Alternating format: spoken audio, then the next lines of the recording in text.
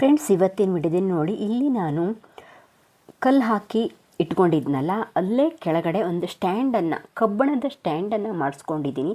ಒಂದಷ್ಟು ಕಬ್ಬಿಣಗಳು ಮನೆಗೆಲ್ಲ ಅದನ್ನೆಲ್ಲ ಸೀಟೆಲ್ಲ ಹಾಕ್ಸಿದ್ದೀವಲ್ಲ, ಅದರದ್ದು ಕಬ್ಬಿಣಗಳು ಒಂದಷ್ಟು ಸೀಟು ಅಂದರೆ ಆ ಪೀಸಸ್ ಉಳಿದಿತ್ತು.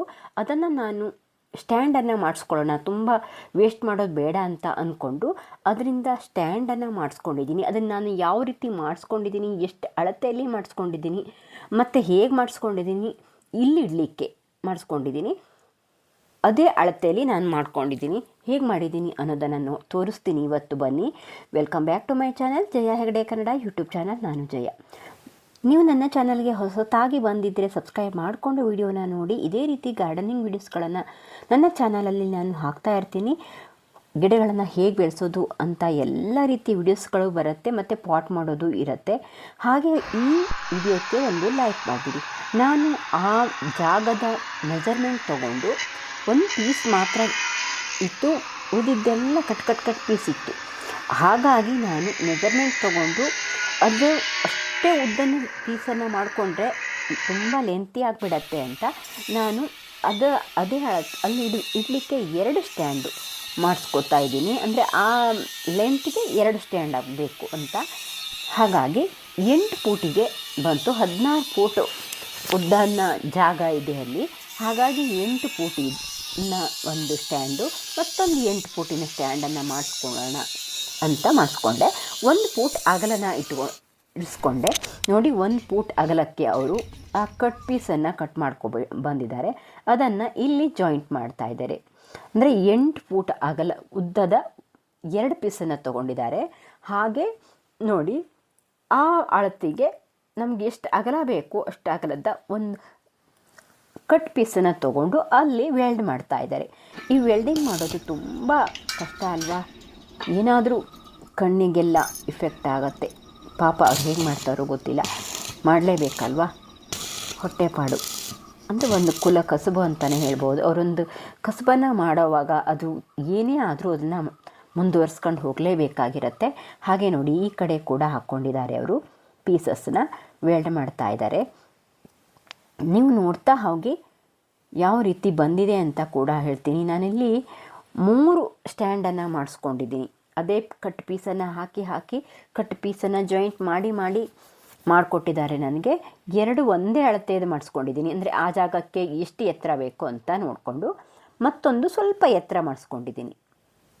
ಹಾಗೆ ನೋಡಿ, ಅದನ್ನು ಮೆಜರ್ಮೆಂಟ್ ತೊಗೊಂಡು ಅದನ್ನು ಕಟ್ ಪೀಸ್ ಮಾಡಿ ನೋಡ್ಬೋದು ನೀವು. ಇಲ್ಲಿ ಕಟ್ ಮಾಡಿ ಮತ್ತೆ ಅಲ್ಲಿ ಜಾಯಿಂಟ್ ಮಾಡ್ತಾ ಇದ್ದಾರೆ. ತುಂಬ ಲೆಂತಿ ಆದರೆ ಅಲ್ಲಿ ಆ ಸರಳನ್ನು ಹಾಕಿದರೆ, ನಾನು ಈ ವೇಸ್ಟ್ ಸರಳಿತ್ತು ಅಂದರೆ ಕಬ್ಬಿಣದ ಸರಳು, ಅಂದರೆ ನಮ್ಮ ಸ್ಲ್ಯಾಪಿಗೆಲ್ಲ ಹಾಕೋಕೆ ಅಂತ ತಂದಿರುವಂಥ ಸರಳಿತ್ತು, ಅದನ್ನು ಮಧ್ಯದಲ್ಲಿ ಹಾಕ್ಕೊಡಿ ಅಂತ ಹೇಳಿದ್ದೆ. ಈ ಪೀಸು ಮತ್ತೊಂದಕ್ಕೆ ಬರುತ್ತೆ ಅಂತ ಆ ರೀತಿ ಮಾಡಿಸ್ಕೊಂಡೆ. ಯಾಕಂದರೆ ನಮಗೆ ಇದೇ ರೀತಿ ಮಾಡಿಸ್ಕೊಂಡ್ರೆ ನನಗೆ 2 ಸ್ಟ್ಯಾಂಡ್ ಆಗ್ತಿತ್ತು. 3 ಸ್ಟ್ಯಾಂಡ್ ಬರಲಿ ಅಂತ, ಆ ಸರಳನ್ನು ವೇಸ್ಟ್ ಮಾಡೋದು ಬೇಡ ಅಂತ ಆ ಸರಳನ ಮಿಡ್ಲಲ್ಲಿ ಹಾಕ್ಕೊಡಿ. ನಮಗೆ ಪಾಟ್ ಅಥವಾ ಗ್ರೋ ಬ್ಯಾಗನ್ನು ಇಟ್ಕೊಡ್ಲಿಕ್ಕೆ ಸಾರಾಗತ್ತೆ, ಅಂದರೆ ಈಸಿ ಆಗತ್ತೆ ಅಂತ ಹೇಳಿದೆ. ಹಾಗಾಗಿ ಅವರು ಮಧ್ಯದಲ್ಲಿ ಆ ಸರಳನ್ನು ಕಟ್ ಮಾಡಿ ಹಾಕ್ತಾರೆ. ಅದು ಸಣ್ಣದಾಗ ಬರೀಕೆ ಅಂದರೆ ಸಣ್ಣ ಸರಳಾಗಿರೋದ್ರಿಂದ ಇಲ್ಲಿ ತುಂಬ ಉದ್ದದ ಸರಳನ್ನು ಹಾಕಿದರೆ ಅದು ಜಗ್ಗಿ ಬಂದುಬಿಡತ್ತೆ, ಕೆಳಗೆ ಬಂದುಬಿಡತ್ತೆ ಅಂತ ಅವರು ಈ ರೀತಿ ಪೀಸಸ್ಗಳನ್ನು ಕೊಟ್ಕೊಂಡು ಹಾಕ್ಕೊಂಡಿದ್ದಾರೆ. ನೀವು ಯಾವ ರೀತಿ ಬೇಕಾದರೂ ಮಾಡ್ಕೋಬೋದು. ಇದೇ ಪೀಸನ್ನು ಮತ್ತೊಂದು ಕೂಡ ಹಾಕ್ಕೋಬೋದು. ನಾನು ಹಾಕ್ಕೊಂಡಿಲ್ಲ, ಯಾಕಂದರೆ ಮತ್ತೆ 2 ಆಗತ್ತೆ ಅಂತ. ನೋಡಿ, ಈ ಸರಳನ ಕಟ್ ಮಾಡಿಸಿ ಮಿಡ್ಲಲ್ಲಿ 2 ಹಾಕ್ಕೊಡಿ ಅಂತ ಹೇಳಿದ್ದೆ. ನೋಡಿ, ಈ ರೀತಿ ನೋಡಿ, ಅವರು ಅಲ್ಲಿ ಮೆಜರ್ಮೆಂಟ್ ತೊಗೊಂಡು ಮಿಡ್ಲಲ್ಲಿ 2 ಸರಳನ್ನು ಜಾಯಿಂಟ್ ಮಾಡಿದ್ದಾರೆ. ಆ ಸರಳ ಇರೋ ಜಾಗದಲ್ಲಿ ನಾನು ಗ್ರೋ ಬ್ಯಾಗನ್ನು ಇಡಲಿಕ್ಕಾಗತ್ತೆ ಅಂತ ಹೆಚ್ಚಾಗಿ ನಾನು ಗ್ರೋ ಬ್ಯಾಗಲ್ಲೇ ನೀರ್ಸೋಣೆ ಗಿಡಗಳನ್ನೆಲ್ಲ ಹಾಕ್ಕೋತೀನಲ್ಲ, ಆ ಜಾಗದಲ್ಲಿ ನೆರಳು ಬರುತ್ತೆ. ಹಾಗಾಗಿ ನಾನು ಹೆಚ್ಚಾಗಿ ನೀರ್ಸೋಣೆ ಗಿಡನೇ ಅಲ್ಲಿ ಇಡ್ತೀನಿ. ಮತ್ತು ಯಾವುದನ್ನು ಇಡೋಕ್ಕೆ, ನಮಗೆ ಹೂವಿನ ಗಿಡಗಳನ್ನು ಇಡೋಕ್ಕೆ ಬಿಸಿಲು ಬೇಕಾಗತ್ತೆ. ಹಾಗಾಗಿ ಬಿಸಿಲು ಬರೋವಂಥ ಜಾಗದಲ್ಲಿ ನಾನು ಬೇರೆ ಗಿಡಗಳನ್ನು ಇಟ್ಕೋತೀನಿ. ಗುಲಾಬಿ ಗಿಡ, ದಾಸವಾಳ ಗಿಡ, ಆ ರೀತಿದು. ಹಾಗಾಗಿ ನಾನು ಗ್ರೋ ಬ್ಯಾಗಲ್ಲಿ ನೀರ್ಸೋಣೆ ಗಿಡಗಳನ್ನು ಹಾಕೋದ್ರಿಂದ ಈ ರೀತಿ ಮಾಡಿಸ್ಕೊಂಡೆ. ಪಾಟನ್ನು ಇಡೋಕ್ಕೂ ಕೂಡ ಬರುತ್ತೆ, ಏನೂ ಆಗಲ್ಲ. ಅದು ಬೇಕಾದರೆ ಇನ್ನೊಂದು ದಿವಸ ನಾನು ಇಟ್ಟಾಗ ತೋರಿಸ್ತೀನಿ. ನಾನೀಗ ಅಷ್ಟೊಂದು ವಜ್ಜೆ ಭಾರನೆಲ್ಲ ಎತ್ತಿ ಇಟ್ಟು ಮಾಡಲ್ಲ. ನಾನು ಇನ್ನೊಂದು ದಿವಸ ಹೇಗೆ ಇಡ್ತೀನಿ ಅನ್ನೋದನ್ನು ಕೂಡ ನಾನು ನಿಮಗೆ ವಿಡಿಯೋ ಮಾಡಿ ಹಾಕ್ತೀನಿ. ಸ್ವಲ್ಪ ಹೆಲ್ತ್ ಇಂಪ್ರೂವ್ ಆದಮೇಲೆ ಮತ್ತೆ ಸ್ವಲ್ಪ ಇಂಪ್ರೂವ್ ಆಗಿದೆ ಮತ್ತೆ ಯಾಕೆ ಅದನ್ನು ಮಾಡೋದು ಅಂತ ನಾನೀಗ ಸೆಟ್ ಮಾಡಿ ಇಟ್ಕೊಂಡಿಲ್ಲ. ಇನ್ಮೇಲೆ ಸೆಟ್ ಮಾಡಿ ಇಟ್ಕೊಂಡ್ಮೇಲೆ ನಿಮಗೆ ಹೇಳ್ತೀನಿ, ತೋರಿಸ್ತೀನಿ. ನೋಡ್ಬೋದು ಎರಡೂ ಕಡೆ ಈ ರೀತಿ ವೆಲ್ಡ್ ಮಾಡಿದ್ದಾರೆ. ಟೋಟಲ್ಲಾಗಿ ಈ ರೀತಿ ಬಂದಿದೆ ನೋಡಿ. ಒಂದು ಪೀಸ್ ರೆಡಿ ಆಗಿದೆ ಇಲ್ಲಿ. ಆದರೆ ಅದಕ್ಕೆ ಕಾಲನ್ನು ಹಚ್ಚಿ ಆಗಲಿಲ್ಲ ನನಗೆ. ಅದು ಎತ್ತರ ಒಂದು 8 ಇಂಚ್ ಎತ್ತರ ಬಂದರೆ ಸಾಕು ಅಂತ ಹೇಳಿದ್ದೆ. ಹಾಗಾಗಿ ಈ ಪೀಸಸ್ಸು 2 ಇಂಚ್ ಇದೆ. ಹಾಗಾಗಿ ಅವರು ಮತ್ತೆ 6 ಇಂಚ್ ಪೀಸಸ್ಸನ್ನು ಮಾಡಿಕೊಂಡು ಅದಕ್ಕೆ ಕಾಲಿಗೆ ಕೊಡ್ತಾ ಇದ್ದಾರೆ. ನೋಡ್ಬೋದು ಈ ರೀತಿ ಬಂದಿದೆಯಲ್ಲ ನೋಡಿ. ಇದು 6 ಇಂಚ್ ಪೀಸಸ್ಸನ್ನು ಮಾಡಿಕೊಂಡು ಅವರು ಕೆಳಗಡೆಯಿಂದ ಆ ಪೀಸನ್ನು ಜಾಯಿಂಟ್ ಮಾಡ್ತಾಯಿದ್ದಾರೆ, ವೆಲ್ಡ್ ಮಾಡ್ತಾಯಿದ್ದಾರೆ ನೋಡಿ. ಈ ರೀತಿ ಅದನ್ನು ಉಲ್ಟಾ ಮಾಡಿ ಇಟ್ಕೊಂಡಿದ್ದಾರೆ ನೋಡಿ. ವೆಲ್ಡ್ ಮಾಡಿರೋವಂಥ ಭಾಗ ಅಡಿಗಡೆ ಬಂದಿದೆ. ನಿಮಗೆ ಎಲ್ಲೂ ಕಾಣಿಸಲ್ಲ ಈಗ, ಯಾಕಂದರೆ ಅದು ಸ್ವಲ್ಪ ನಾನು ಮೇಲ್ಗಡೆ ಬಂದಿದೆ ಅಂತ ನೋಡಿ. ಮೇಲ್ಗಡೆ ಮಾತ್ರ ಸರಳನ್ನು ಹಾಕಿದ್ದಲ್ಲ ನೋಡಿ. ಇಲ್ಲಿ ಇದನ್ನು ವೆಲ್ಡ್ ಮಾಡ್ತಾ ಇದ್ದಾರೆ ಕಾಲುಗಳನ್ನು. ನೀವು ಇದಕ್ಕೆ ಬೇಕಾದರೆ ಈ ಕಾಲಿಗೆ ಬುಷ್ ಕೂಡ ಹಾಕ್ಕೋಬೋದು. ನಾನಿಲ್ಲಿ ಯಾವುದೇ ರೀತಿ ಬುಷನ್ನೆಲ್ಲ ಹಾಕ್ಕೊಂಡಿಲ್ಲ. ಇದೇ ರೀತಿ ಪೀಸಸ್ಸನ್ನು ಜಾಯಿಂಟ್ ಮಾಡಿಕೊಂಡು ಇಟ್ಕೋಬೋದು. ತುಂಬ ಈಸಿಯಾಗಿ ಮಾಡಿದ್ದಾರೆ. ನೀವು ವೆಲ್ಡಿಂಗ್ನವ್ರ ಹತ್ರ ಹೇಳಿದರೆ ಮಾಡಿಕೊಡ್ತಾರೆ. ಅವರಿಗೆ ಸ್ವಲ್ಪ ಐಡಿಯಾ ಇರುತ್ತೆ ಹೇಗೆ ಮಾಡೋದು ಅಂತ. ನಾನು ಈ ರೀತಿ ಮಾಡಿಸ್ಕೊಂಡೆ. ನನಗೆ ಇದೇ ರೀತಿ ಬಂದರೆ ಸಾಕು ಅಂತ ಅನ್ನಿಸ್ತು. ತುಂಬ ಪೀಸಸ್ಸನ್ನು ಅಲ್ಲಿ ಇಲ್ಲಿ ಒಗೆದು ಏನೋ ಒಂದು ಹಾಳಾಗಿಬಿಡತ್ತೆ.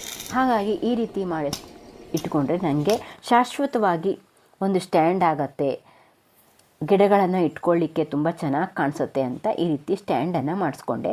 ಇದಕ್ಕೆ ಪೇಂಟನ್ನು ಹಚ್ಚಿ ಇಟ್ಕೊಂಡ್ರೆ ಬಾಳಿಕೆ ಬರುತ್ತೆ. ಆಗಾಗ ನಾವು ಪೇಂಟನ್ನು ಹಚ್ಚುತ್ತಾ ಇರಬೇಕಾಗತ್ತೆ.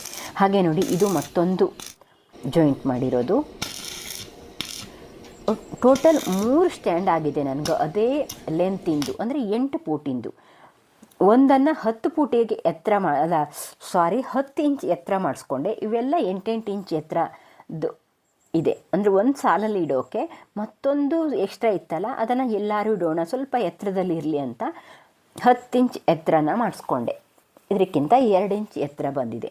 ಹಾಗೆ ನೋಡಿ, ಇದಕ್ಕೆ ಅವರು ಪ್ರೈಮರ್ ಹೊಡ್ಕೊಂಡಿರ್ತಾರೆ, ಆಮೇಲೆ ಇದಕ್ಕೆ ಪೇಂಟನ್ನು ಹಚ್ಚುತ್ತಾರೆ ನೋಡಿ. ಈ ರೀತಿ ಪೇಂಟನ್ನು ಹಚ್ಚೋದ್ರಿಂದ ತುಂಬ ಬಾಳಿಕೆ ಬರುತ್ತೆ ಅಂತ ಈ ರೀತಿ ಪೇಂಟನ್ನು ಹಚ್ಚಿದ್ದಾರೆ ನೋಡಿ. ಇದಕ್ಕೆ ನಾನು ಒಂದೇ ಸರಳನ್ನು ಮಧ್ಯದಲ್ಲಿ ಮಿಡ್ಲಲ್ಲಿ ಕೊಡಿಸಿದ್ದೀನಿ.